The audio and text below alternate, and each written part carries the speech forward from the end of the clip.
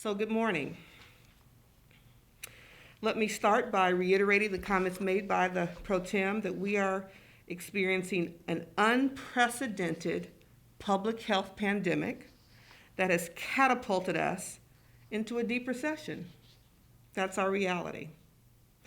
And as the LAO recently stated in their spring finance letter, the severity of the recession and its impact on Californians will depend not only on the depth of the downturn, but also on how long this crisis lasts.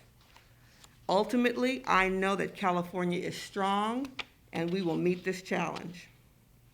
You heard the top guiding principles that will guide the budget deliberations for the State Senate. We will continue to be responsible. We're going to look beyond just the budget year and past the budget package that is balanced in 2020-21 and also projected to be balanced in 21-22. And we will not become a part of the problem. We will aim to avoid major ongoing program cuts and middle-class tax increases to cause additional economic harm. Our goal will be to keep the budget balanced. Fortunately, we are entering this recession after a decade of responsible budgeting and responsible saving, which has better prepared California for this economic downturn, better prepared us than the state experienced in the last Great Recession when we did not have record level savings. And so how are we going to do that? It will be done by a mixture of strategies. We'll tap into our reserves.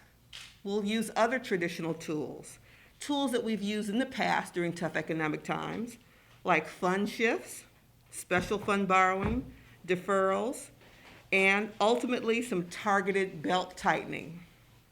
What do we mean by that?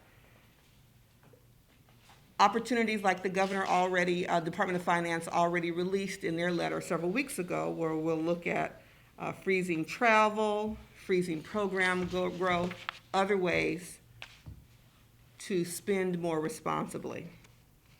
And so as the Pro Tem mentioned, we already have identified about $100 billion in ways in which we can stem this tide.